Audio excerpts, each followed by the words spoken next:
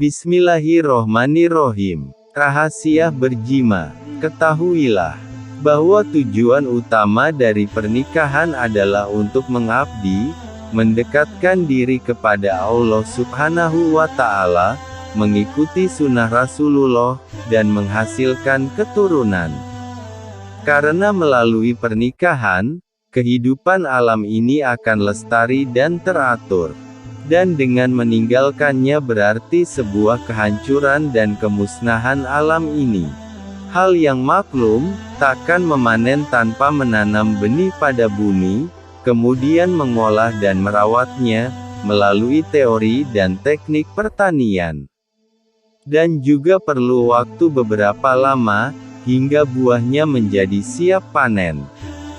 Begitu pula takkan terwujud seorang anak dan keturunan tanpa terlebih dulu memasukkan sperma suami di dalam indung telur istrinya. Allah Subhanahu wa Ta'ala berfirman, "Wanita-wanita kamu semua adalah ladang bagimu. Maka datangilah ladangmu itu semaumu, dan kerjakanlah olehmu amal-amal yang baik untuk dirimu sendiri." Quran Surat Al-Baqarah ayat 223. Ayat ini turun, ketika kaum muslimin mengatakan, bahwa mereka menggauli istri mereka dengan posisi berlutut, berdiri, terlentang, dari arah depan dan dari arah belakang. Menanggapi pernyataan kaum muslimin tersebut, kaum Yahudi menyatakan, tidaklah melakukan hubungan semacam itu selain menyerupai tindakan binatang, sedangkan kami mendatangi mereka dengan satu macam posisi. Sungguh telah kami temukan ajaran dalam Taurat bahwa, setiap hubungan badan, selain posisi istri terlentang itu kotor, di hadapan Allah. Lalu turunlah ayat di atas, Allah hendak membantah pernyataan kaum Yahudi tersebut. Jadi dalam kandungan ayat ini, menunjukkan, diperbolehkannya seorang suami menyetubuhi istrinya dengan cara apapun dan posisi bagaimanapun yang ia sukai.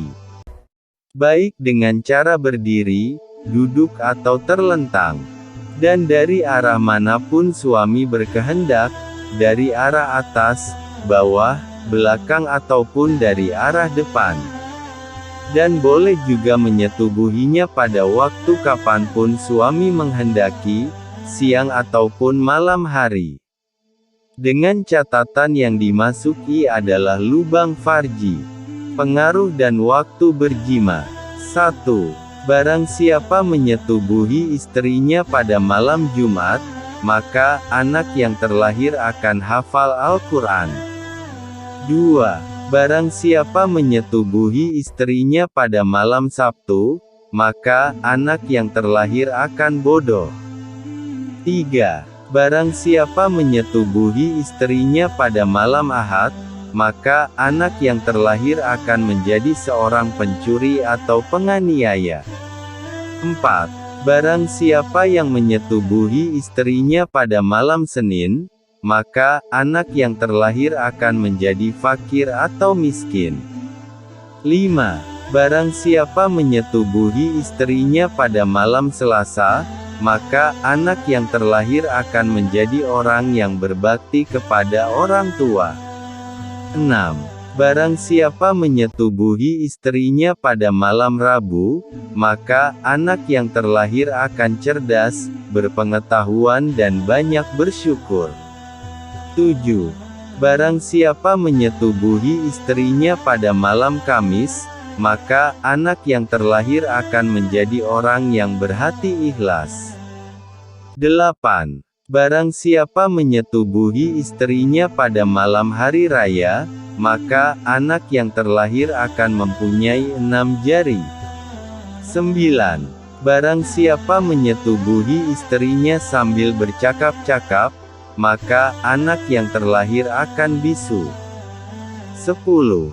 Barang siapa menyetubuhi istrinya dalam kegelapan, maka anak yang terlahir akan menjadi seorang penyihir. 11. Barang siapa menyetubuhi istrinya dalam terangnya lampu, maka anak yang terlahir akan berwajah tampan atau cantik.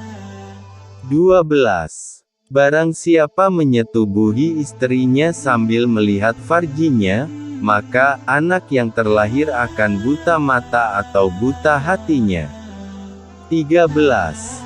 Barang siapa menyetubuhi istrinya di bawah pohon yang biasa berbuah, maka anak yang terlahir akan terbunuh karena besi, tenggelam atau keruntuhan pohon.